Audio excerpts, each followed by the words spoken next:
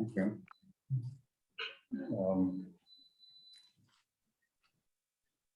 I had the extraordinary privilege of meeting my holy wife more than 20 years ago. 23 now, yeah, 22 years ago. And that's thanks to her grandfather. My approach, a rare sage, a man of extraordinary humility. I'm certain that the Bob is profoundly amused that we're doing this. My wife told me it was the right thing to do because she says that, I mean, she's been used over the years that the few men I have learned with or that learned with me were many times stuck in their own ways, that their own certitudes, the things that they're certain that they already know, and it becomes painful. So she sees an exception with you, holy woman. She says that you have the ability to go beyond what is it that you come from. So she's the main reason I'm here on many levels.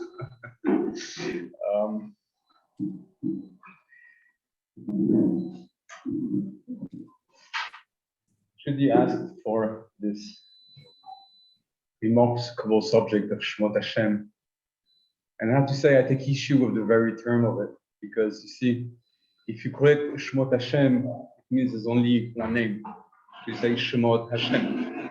So what are the names of the name, or only one name?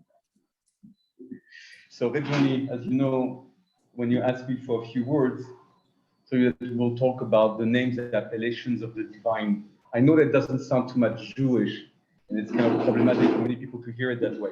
But you see, I'm going to show you a pasuk in the Torah which actually talks that way. Of course, we would like, or every one of us, or have this thing about Judaism being focused on the unity and the oneness of God, which obviously I'm not here to contradict, God forbid. But it's something which is in the becoming. That is, as we know, Adonenu Navi Zechariah said, "Bayom hahu yeh Hashem echad u'shmo echad." On this day, Hashem will be one and His name will be one. It is not to say that it is so today. You have this tendency, and it's not only in Judaism, by the way. It's been throughout many systems of thought. You know, my family came. Part from my mom's family came from India, and in India there's been this thought which people call Advaita, which means oneness, or a form of monism, where you say everything is one. You're one with the creation is one with the other. And we all have this tendency for, at least because we know that that's the ultimate goal, and that's what will be. So we would like to take our dreams and our wishes for reality, and so we say so. So you see, if you say Shemot Hashem, then literally you're saying, let's take the names of the name. So there's only one name. So, you know, I can go home. And, you know, what is there to talk about, right? Anything else, or in a way, misconceptions, misunderstandings. Yet, as we just said, Adonenu Navi Zechariah did say, "Bayom hahu yeh Hashem echad u'shmo echad." On this day, Hashem will be one, and His name will be one. So how does it go? So we're going to start this story, and we're going to start with something which will be very midrashic. That is, I don't think you want me, and I certainly don't want myself to be jumping directly to you know, Kabbalistic matters. And I have to say that I'm also using this first session to prove for myself how far I'm ready to go into matters about Kabbalistic matters. Okay. Pasuk in Parashat Shemot, which talks about Moshe inquiring what is God's name. So in a way, that's the question you ask. But you see, the pasuk reads as Vayomer Moshe El HaElohim. See, so he says he talks to the divine. It's not written that he talked to Shema Baruch Hu. It's not written that he talks to Hashem. He talks to Ha'elohim. Now, you could always tell me the divine is not Ha'elohim, it's Ha'elokut. The Ha'elokut is just more in Hebrew. It's a way of talking about it, in order to talk about the divine as an essence, as a concept. But in the Torah, the way that you would say the divine is written as Ha'elohim. So it's written, "Vayomer Moshe el Ha'elohim, hine anochi ba el bnei Israel." So I'm about to go meet these people of yours, which is basically us. "U'amarti lahem, Elohei avotechem shelachani elechem, u'amru li."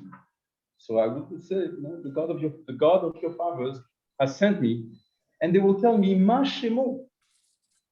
What is his name? "Ma omar alehem." What will I tell them? So this is in essence what you ask them. If I dare, I mean.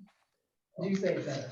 Well, look, I'm not sure better. I said it in my own way. Okay? So I distorted what you wanted, but it's my own distortion.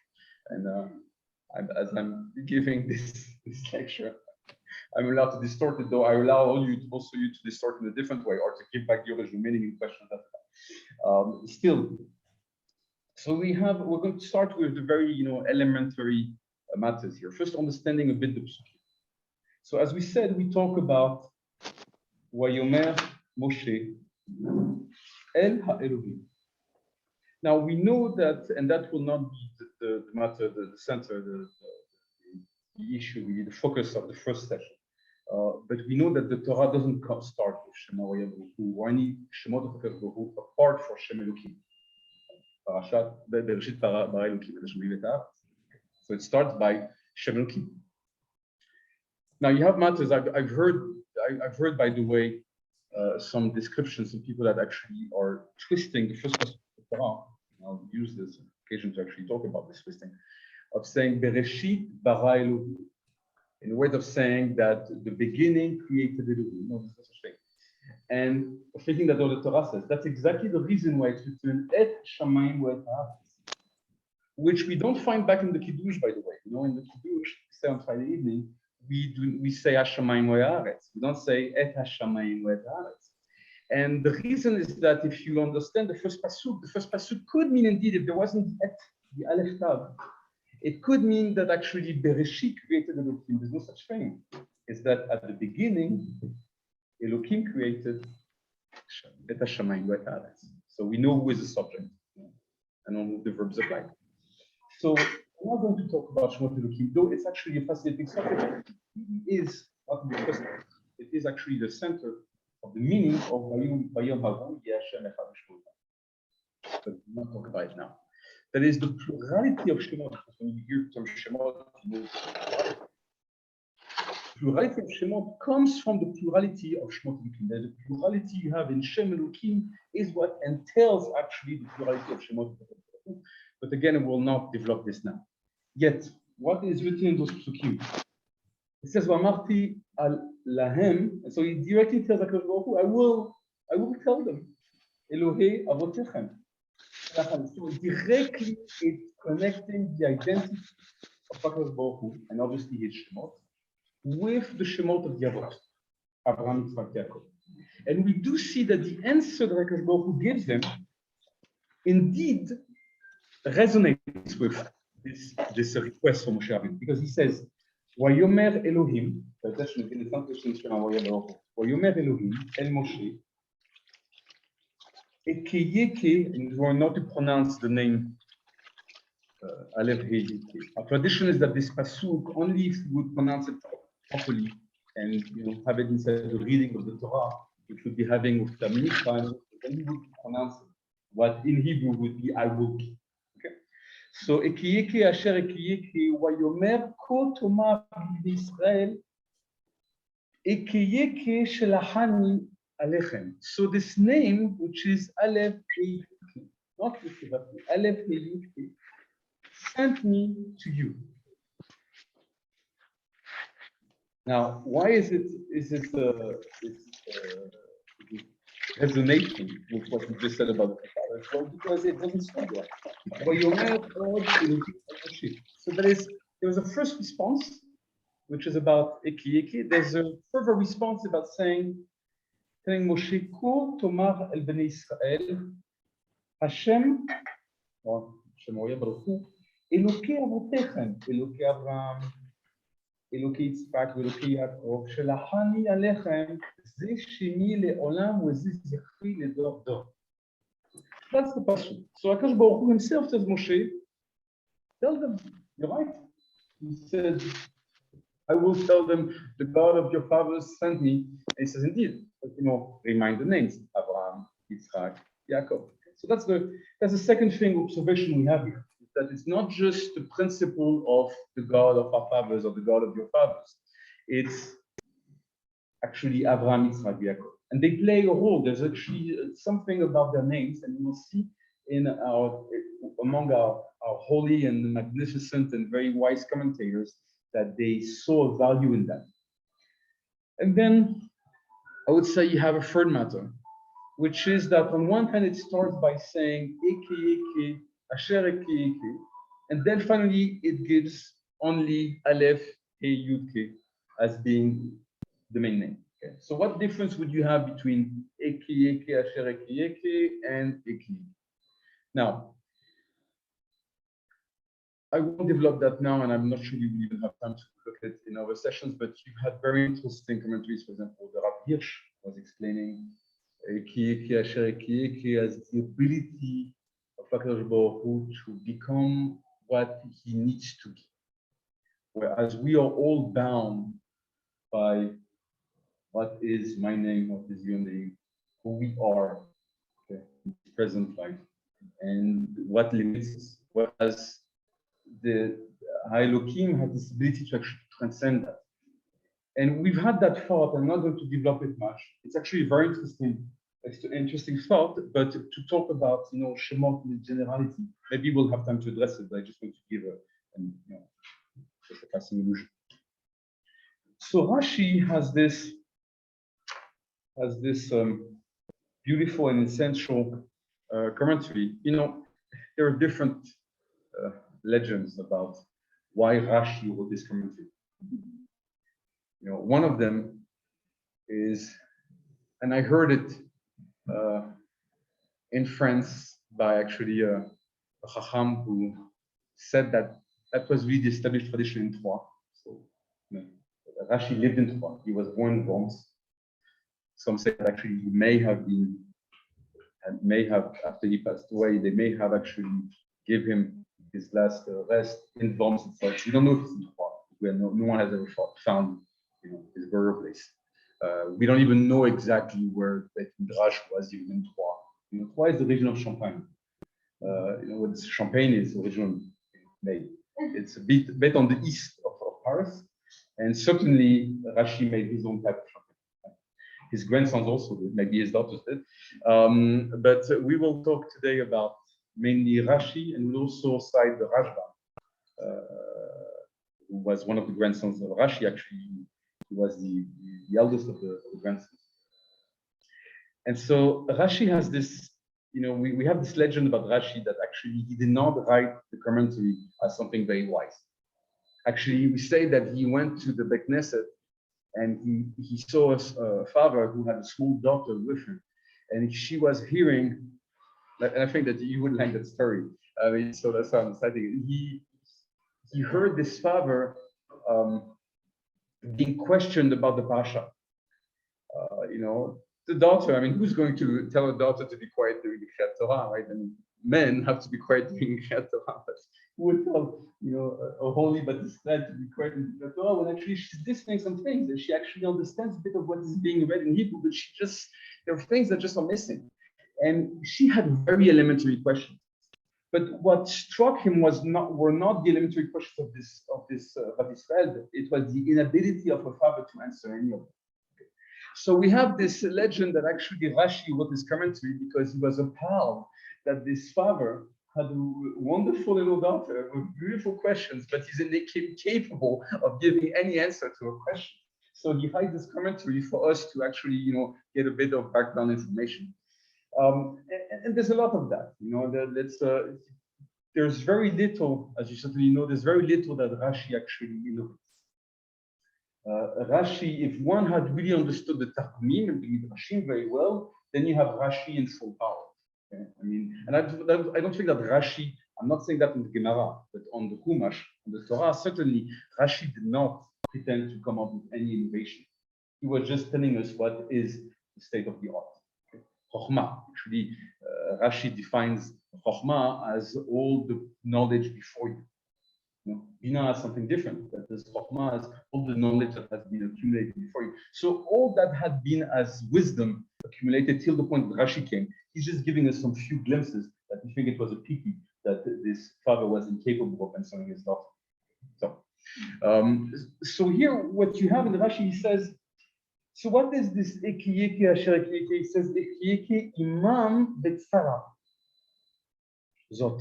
I will be with them in those hard times. So that's the type of message that we could all take.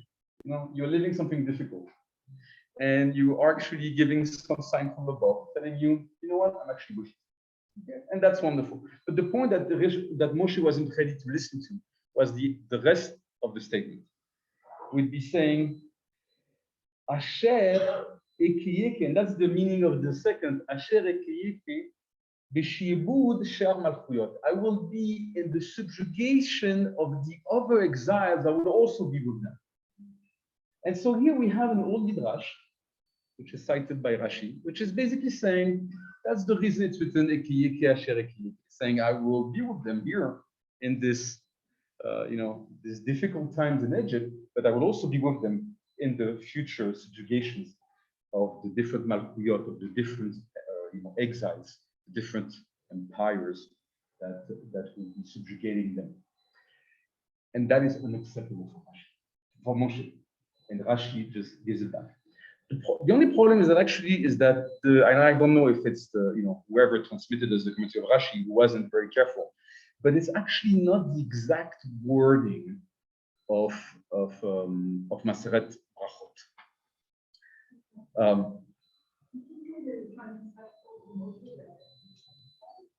It was unacceptable to transmit that message. I'm going to show you here in the Medrash. It actually says so. It was unacceptable. And actually, even when he finds it unacceptable, who answers him, you talk to her. Because you see, there is something almost indecent in telling someone, I'm with you in this trouble, but don't worry, there'll be many troubles coming after that, and I'll be with you there also, okay?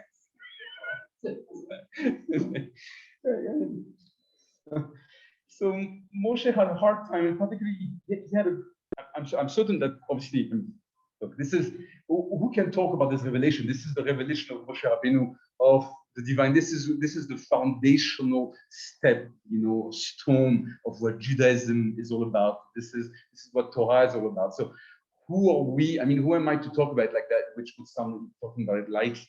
Okay. Obviously not, but it's the Gemara who tells us that. It brings us this old Midrash. It says so, Ekiyeke Asher Ekiyeke, Amar lo HaKadosh Baruch Hu leMoshe. So he told Moshe Rabbeinu, go tell them, Lech emor lahem liYisrael, go tell them to Israel, Ani hayiti imachem b'shibud zeh.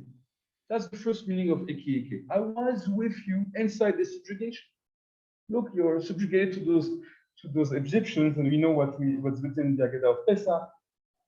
They were awful with us. we had one of our worst times. I'm not here to compare different times of obviously, less than a century ago, one of the greatest atrocities that our people have known. We've had different awful times. One of the first ones was this one in Egypt. He's telling us, look, I was with you in this subjugation. You had very hard times, but don't worry. Ani will be with you in the other subjugation of the empires later. And it's written in the Gemara. It's an old Midrash. You find this in Midrash Haggadah, you find this in Midrash Tanchuma, and actually it's always hard to know in the old Midrashim which came first, the question of transmission. Talmud Bavli, Talmud Yerushalayim, those old Midrashim, you had different versions at different times. You could, of course, make some research to find out which manuscript had it first, etc. And it's like there. But about the Talmud Bavli is very, very hard because we don't have so many old versions of the Talmud Bavli. We have the old Yemenite version, which is actually quite different than the Vilna edition, simply because it had nothing else than just no Rashi, no Tosafot, or like this. And we also have the Talmud Yerushalayim in that form. But before that, when I talk about those times, my master was of this Yemenite tradition. Though his name was a Kohen Iraqi. Actually, the family Kohen Iraqi is a Yemenite family. So it's an old, it's a long story. If you want a lecture about who was my master, we had this great privilege of having the family accept that the only term which is applied to him on his matzeva is written He Ana the humble, and there were no other term written about him, and that's really well. Very, very humble. That's why he's very amused. So, like all the time. Anyway.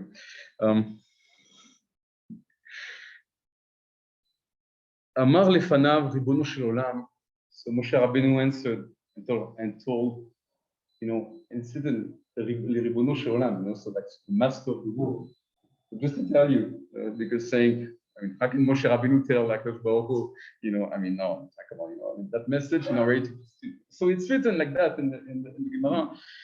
Amar lefanav ribono shel olam, master of the universe, daya litzara b'sha'at. Very interesting statement. Daya litzara b'sha'at. That is, the limit is put on the tzara and its hour. You have, by the way, you have in other traditions and other cultures, you had a concept which you could translate almost the exact opposite of saying dayu liyom b'tzaro. That is, it's not that you put a limit to the time, you put a limit to the tzara. So Moshe Rabbeinu answered with this extraordinary wisdom that he had coming to him as he was talking to Akash Baruch Hu himself. And he said, Daya litzara b'sha'ata. There is a limit to the tzara in her hour, in her time. So he's not limiting the time, but he's limiting the tzara. He's saying you have one shi'bud malchut, which is here, Eretz Mitzrayim. And in this Eretz Mitzrayim, where we're so much suffering, I want a limitation, a boundary of how much tzarot we can actually have here. I don't want so much a boundary about time. I'm not here also to ask so much that you will be with us in the over Malchuyot. I don't doubt that, but that's not what we want, and that's not what I can translate to them. And the Midrash is actually telling us that that's the reason why, though it was written in the Torah, it starts by saying, "Vayomer Moshe Elokim." So that's what am I going to tell them? And so when Akash Baruch Hu answers him, he says, "Eki eki asher eki eki." But then later on, as he talks again to him, he tells them, "Ko tomar li bnei Yisrael eki eki shelachani alechem." So Rashi's point from this midrash is to say that the beginning, the first time Akash Baruch Hu is saying "Eki eki asher eki eki," he actually heard from Akash Baruch Hu, "Look, I'm with you in these terrible times. I'll be with you in all the other terrible times after that." And following Moshe Rabbeinu's statement of Daya Litzara b'sha'ata, then Akash Baruch Hu answered him, "Okay, tell them Eki eki shelachani alechem." It's only Eki eki, the one who will be with you, but the one who is in a way with you now, and that's the one who sent. Sent you.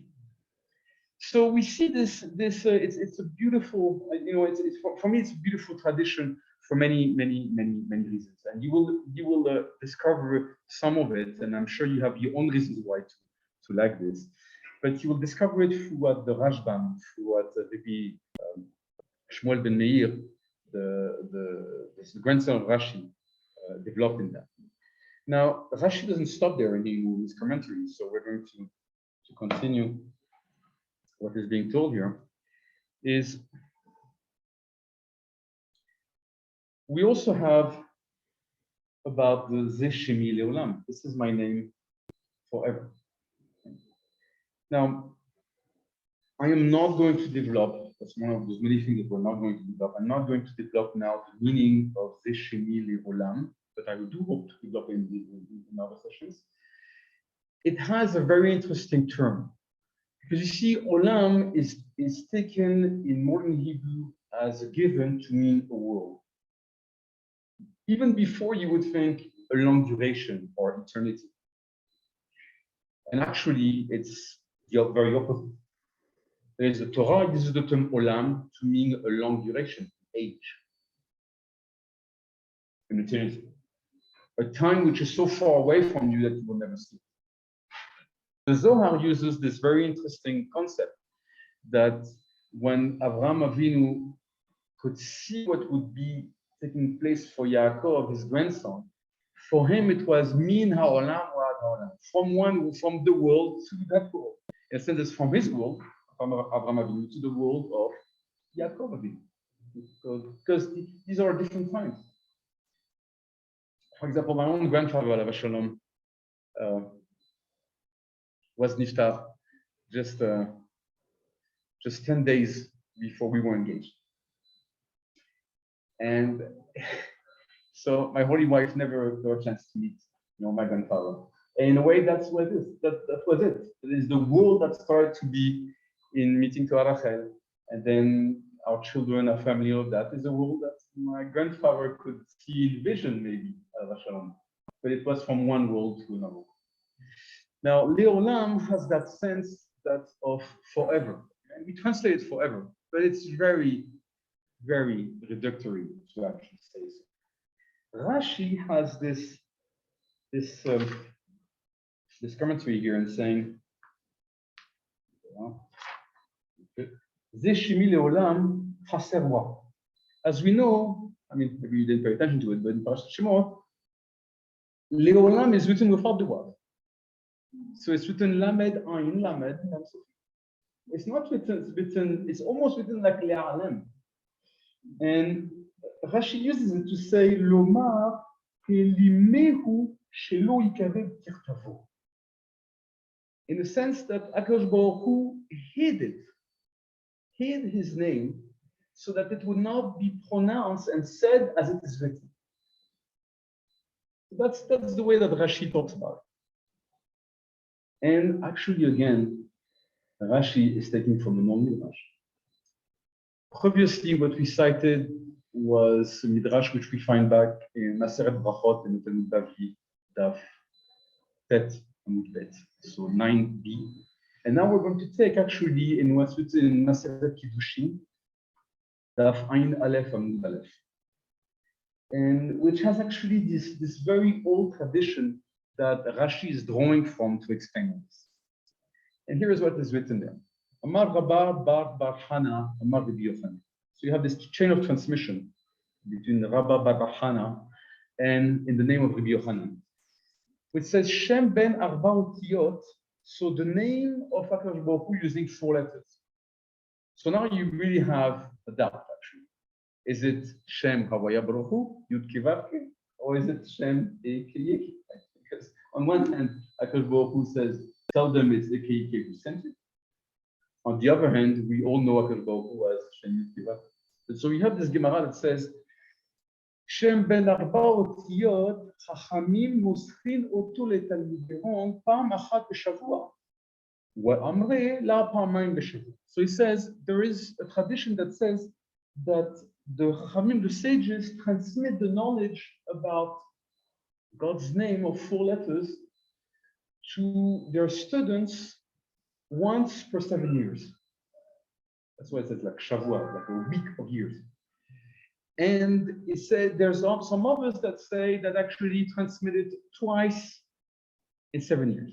By the way, you should know that this is the source of the minhag we have, which is mentioned both by the Rema, both by Shulchan Aruch, and many of our poskim generations will be saying that we verify mezuzot twice in 7 years.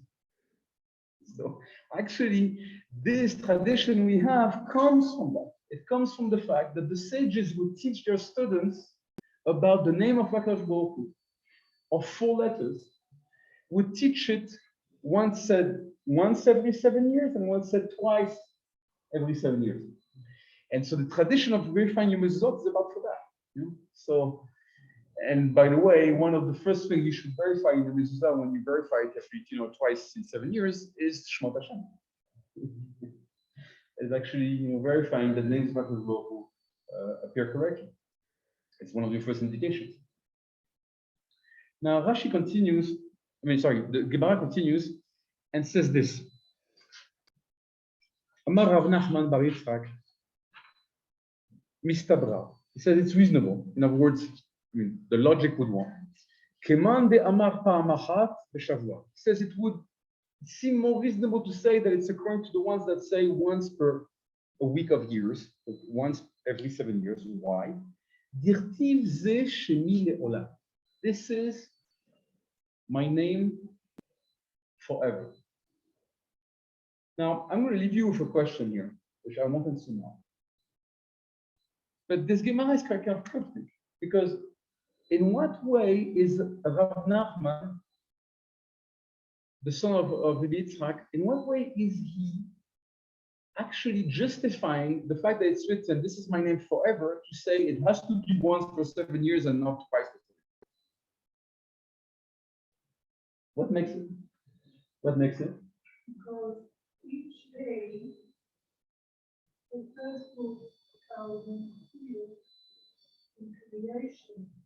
So we have the seven years that the world is today. We keep on living. Beautiful answer.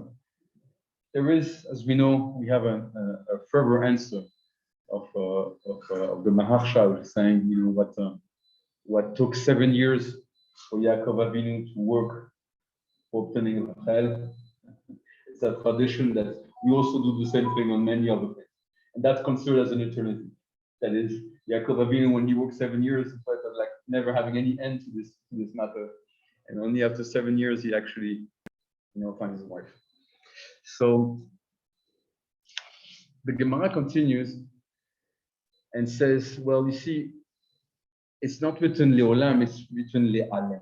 So actually, in other words, to conceal. And that's the tradition that Rashi took from, and saying, Yermiyahu, that who actually concealed. Now the Gemara continues and says, Rava savar lemidreshe bepirka. So Rava considered actually teaching this in a public lecture.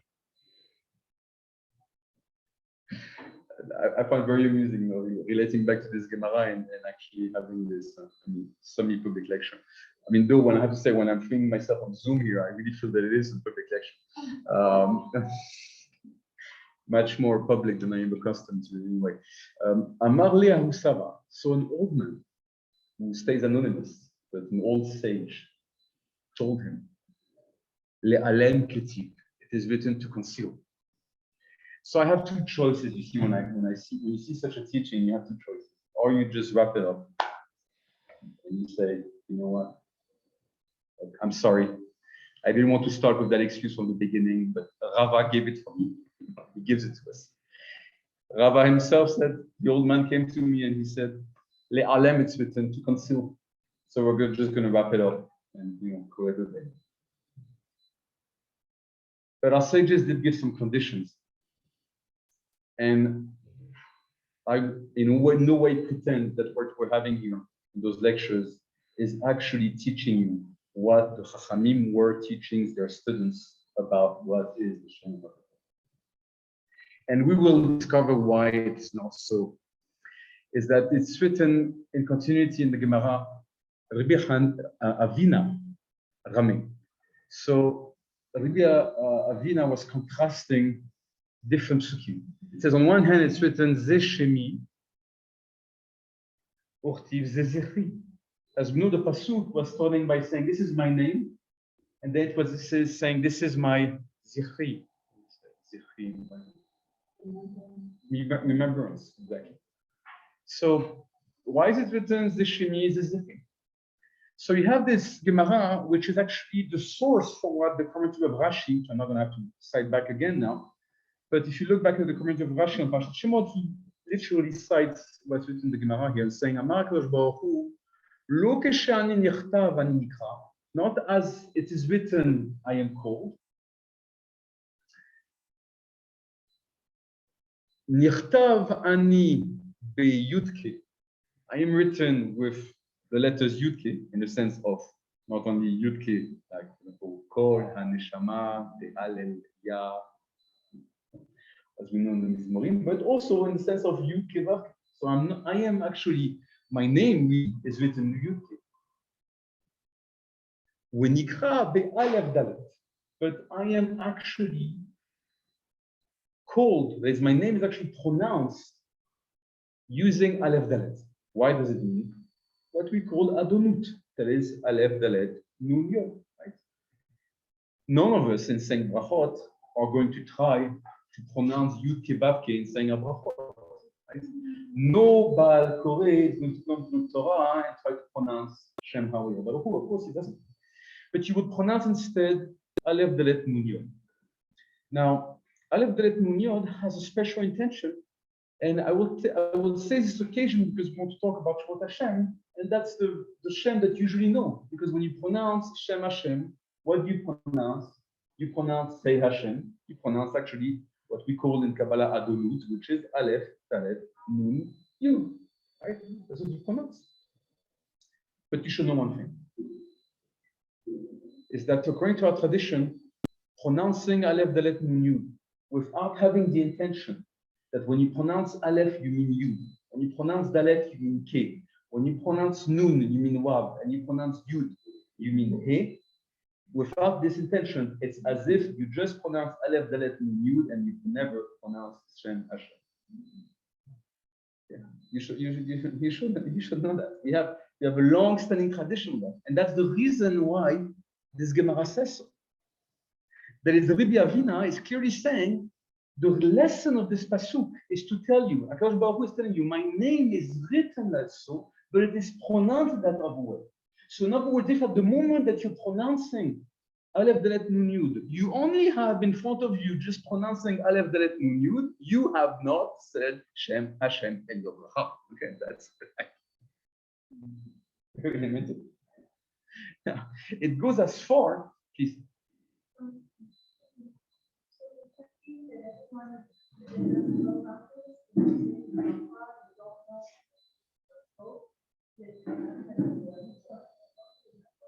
Unfortunately, they're not fulfilling the mitzvah like it should. You see, the Ben Ishai has this even stronger statement. He says that when people pronounce, when they butcher saying Melech HaOlam, which many people do, because you know at the end say Melech HaOlam, he says when you came to that point, okay, so you heard Hashem being said, Aleph Dalet Nun Yud. You said, imagine you even heard Elokeinu being said properly, without a kuf. I'm not saying with a kuf here as a respect, but you said with a vil, okay? And then you said Melech HaOlam, even if Melech HaOlam was pronounced like Melech HaOlam, okay, whatever. The Ben Ishai tells you that you should even repeat the bracha because your bracha is levatala. Why? Because actually there is no such thing as a king of Malchut. So if you just pronounce Shem Hashem, and you don't say Melech HaOlam properly, it's as if you never said your bracha. And you have many, many things like that, that come in the same way. So of course, there's different levels of brachot. You have children that pronounce brachot. Are we going to ask from a child that he realizes that when he's saying Adonut, that he realizes that Aleph is for you, Dalet is for no? Please, right? But there's different levels of taking it. But this is like considered as the elementary level, very elementary level. It's so elementary that it was what Rabbi Avina said. That's a tradition. Don't forget when you pronounce Aleph Dalet Nun Yod instead of Yud Kevavke, don't forget that actually you are pronouncing it in order to pronounce Yud Kevavke, which is not pronounced as it's written. But the intention is to pronounce what is normally written as Yud Kevavke.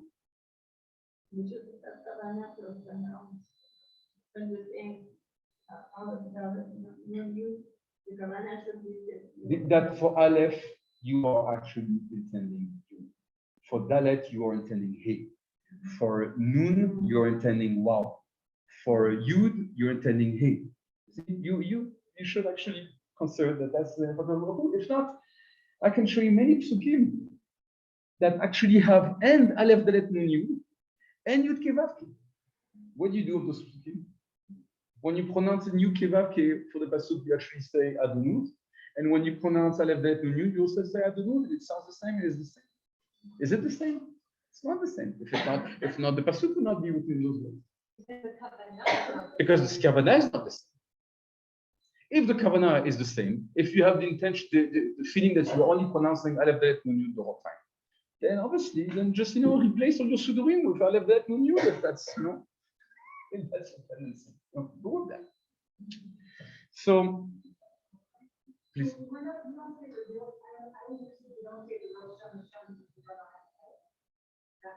Well, we're going to see, the Gemara is actually going to tell us a bit more about why is it we don't pronounce Shem Yud Kiva. Okay. Yes.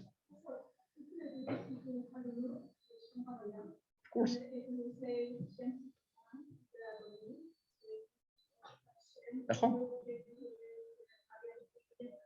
There's a difference.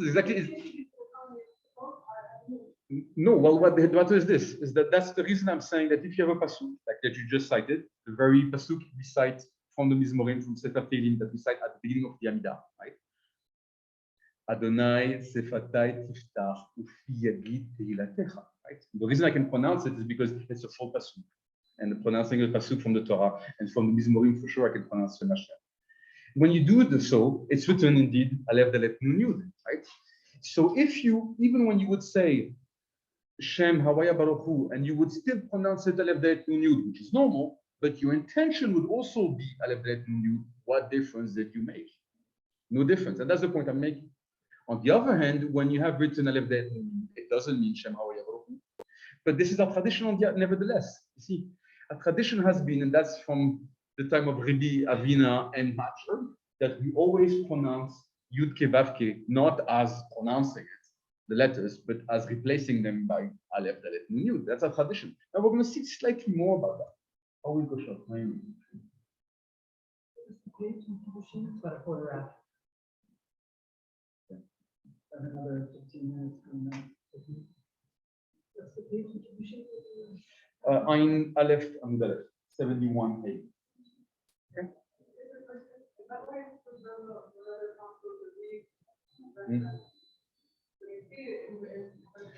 That's why, that is exactly the first reason why it is better to have a siddur in front of you.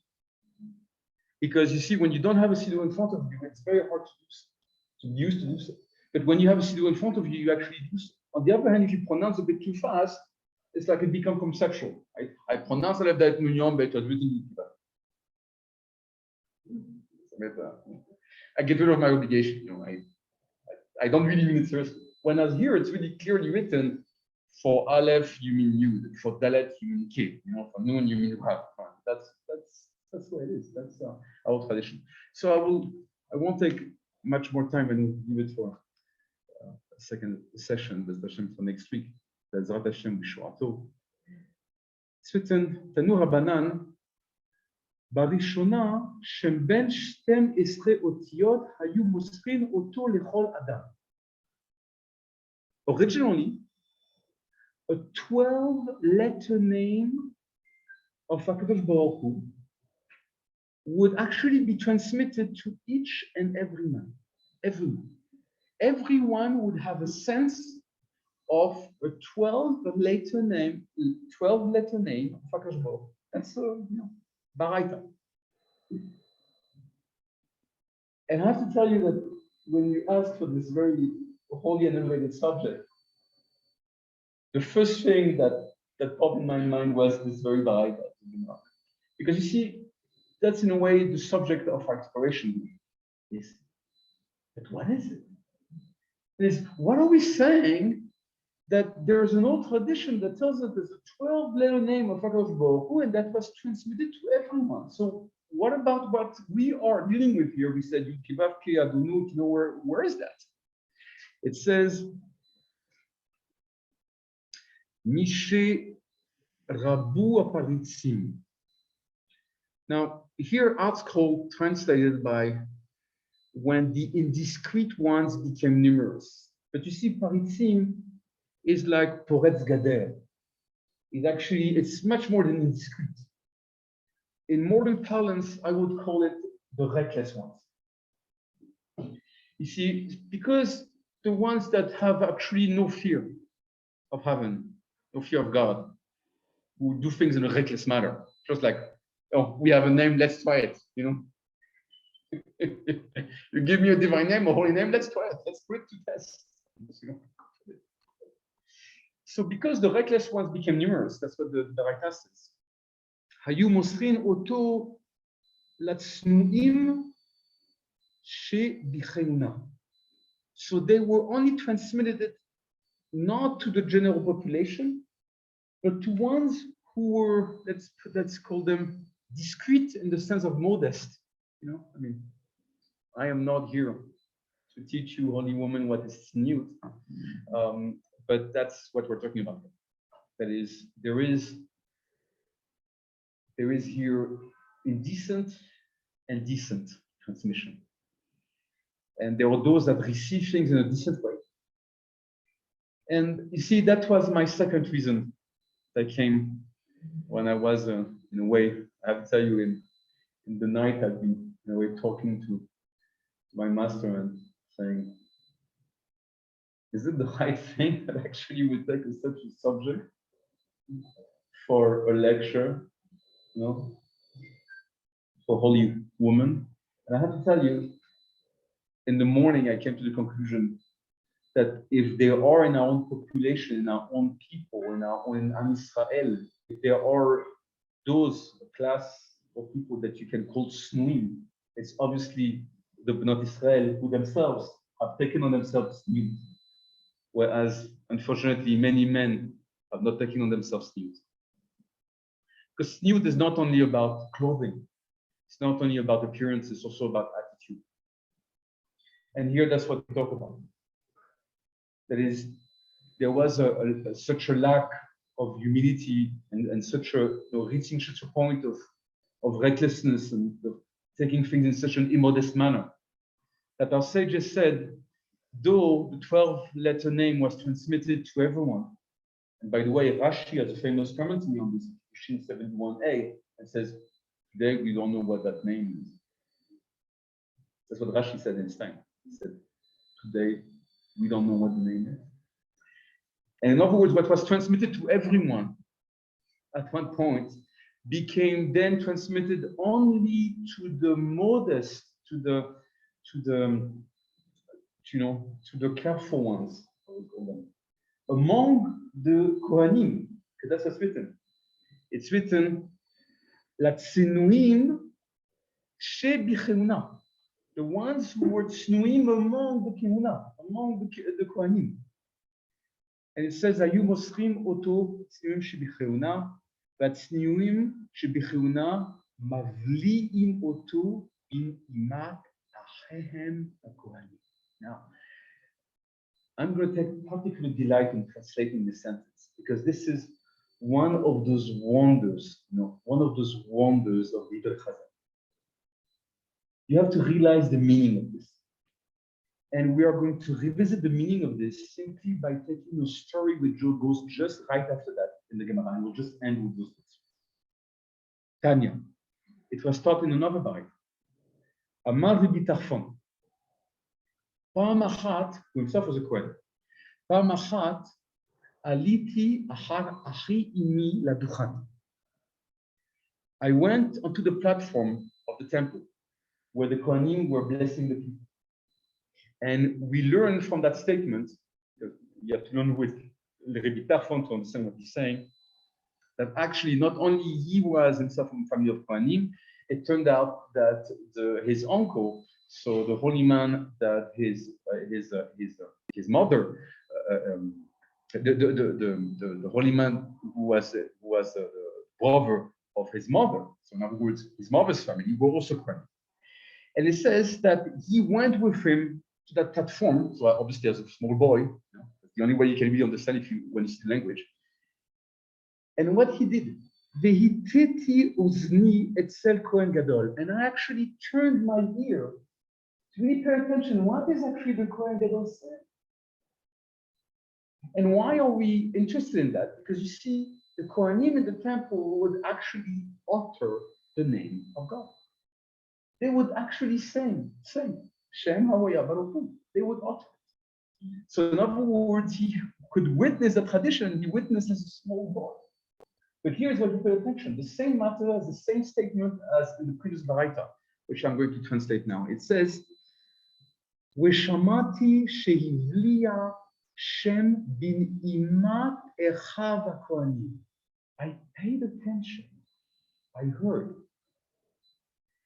that he was causing the name to be swallowed in the tune, in the melody, in the musical scale that was used by the Kohen. Now think what this statement means. First, it means that the Levim were themselves having this extraordinary holy music in the temple that was meant to actually marry, espouse, and being beautifully, marrying, espousing, mingling, mixed with the actual pronunciation of Shem Hashem. So much that a small boy who was carefully listening to what the Kohen Gadol said, pronounced, he could only find somehow that the music was swallowing. The tune used by the Leviim was swallowing the musical scale. You see, we have different traditions in this world of musical scales. In the Jewish Arabic world, we've had what we call a Macabbi. So it's a type of scale. In the Oriental world, we've had what we call Oraga, Oragam, Orak, which were different types of musical scales. And these are it's a series of musical notes that you have to stick to. You have ascending orders, descending orders, and you have to stick to them. Now, our sages and our forefathers in the Leviim, they had this very special melody, this very special tune that they would use that would so much marry very naturally with the letters that were actually pronounced of Shem Hashem. That even a small boy who was paying well attention to what the Kohen Gadol was pronouncing actually could not exactly understand what are the letters which are uttered. So it became this extraordinary music. And I find this statement, the Baraita, such a beautiful gift. Because it tells us that what we had in the temple wasn't this technical or very disembodied pronunciation of some name that has letters that all of us could do so. That is, you could tell me, well, I know how to pronounce a Yud, I know how to pronounce a He, I know how to pronounce a Wav, I know how to pronounce a He, right? So what is this whole thing about telling me that there's a mystery about how you would pronounce, Shem Havoyah Baruch Hu? We don't know. I know how to pronounce it, of course, we don't do so, it's not allowed, it's not part of what we do, it's okay, but we all know the way it was pronounced. We don't. Because this Baraita tells you that you can't fathom this. It's just giving you this beautiful imagery by telling you that actually you would have this beautiful marriage between an extraordinary tune, a melody, and an actual pronunciation of letters. So Bezrat Hashem B'Shoato, we will slowly. So what was the name of the fish? Is that pronounced by the Kohen Gadol also? Yes. It's what they've done before. Well, So when maybe, you're saying about getting lost in the music, it's like about opening. He's actually talking about the 12 names. Well, maybe since you said that the 12-letter name was only given to very careful people among the Kohanim, so maybe it's kind of people, that it's not written anywhere for the general populace. Thank you for saying that, because actually that's the meaning of what we only wrote with Judy about saying that this is like the living oral tradition, because there's been such a living oral tradition. And you see, we take too lightly today what is oral tradition. We believe that only because the Mishnah was given, we authorized the writing of the Mishnah, which was supposed to be only an oral tradition, as if every oral tradition is not going to be written. No.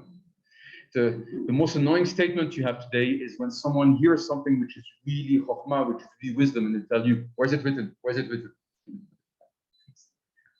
Why does it have to be written? Why should it be written? That is, every piece of wisdom that you would draw down necessarily needs to be written. Is every transmission you've had through sages throughout generations necessarily has to take a written form? You see, my wife's family was very close to another Chacham, which is actually from her father's side. Because Saba Avraham was the father of the mother. And from her father's side, they come from the tradition of Baghdad, where you have sages that are not so far, that are not, not so far away from us. Like, for example, the Chacham Yehuda Fetaya, just 100 years ago. And beautiful, yes, too. And Niftar on Zach Menachem. On Zach, and he was Niftar on Zach Menachem. And the Champetaya, there are many things that he did transmit as a Torah, as a living Torah, to his students. And then you always have people that tell us, when citing some of the things that my master was saying, that, for example, according to the Champetaya, we would say this and that. And then when you mention that, people tell you, where is it written? So they tell you, where it's written in Sefer Minchat Yehuda, in Sefer Bet Lechem Yehuda, and all the starting of the Champetaya. He said, that's not the matter.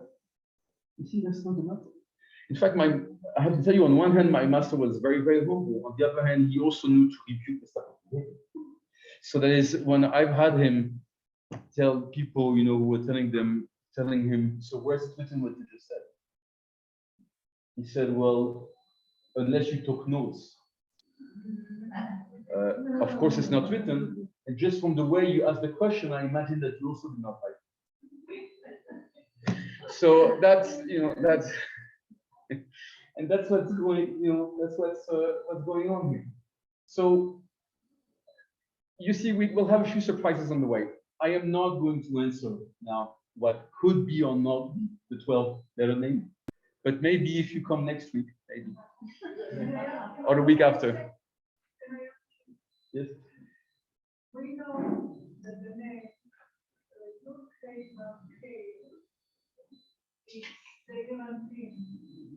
so is the name of the first letter is above. Look, I'm just going to give you a very short answer to that. I actually dislike having to answer that because it in a way jumps ahead. But I will give you one. I will say one thing. We know that Shem, without developing more, that Shem Ekeyeke corresponds to Imaïda'a. And so if you cite Yud Kevake as Yermiyahu Baruch Hu as corresponding to Zah, then the whole matter is this: it's about Zah going back to the womb of Ima. And so giving back importance to Ekeyeke instead of giving back importance to Shem Yud Kevake is about saying that Zah goes back to the womb of Ima. And that has been described, that's what the Ari himself described in the first Drushim on Pesach. And that has been even told to us in Sharak Damot about what happens in this world since the destruction of the temple, which is that apart for a matter which we call Tzorer HaTfilot, is the necessity of us to pray. That the level that we would call Mochin de Gadlut, which is a very great level of awareness of God in this world, is absolutely absent. Because that level is only given to us in order for us to be able to pray. But this world being after the destruction of the temple and being in a state of imperfection where things have not been repaired yet, what is directly available is only a matter that we call Morin de Gadlut, And in that matter, why is it so? Because in all those instances, so in other words, at all the points where we're not in our tefillah, if you cite za, though I would have a lot to say about, how do you actually pronounce za. But if you would say, you talk about za as being Shem HaRuach Baruch Hu, I would tell you that actually it went back to the womb of Ima. So the supernal, Ima Ila'a gets back za to come back to her. Why? Because this world is in such imperfection and has failed its mission. So I won't say more than that for now. Thank you very much. I feel we're like a ship that's set off from land, but we haven't reached the dock yet. It's a long voyage. Thank you.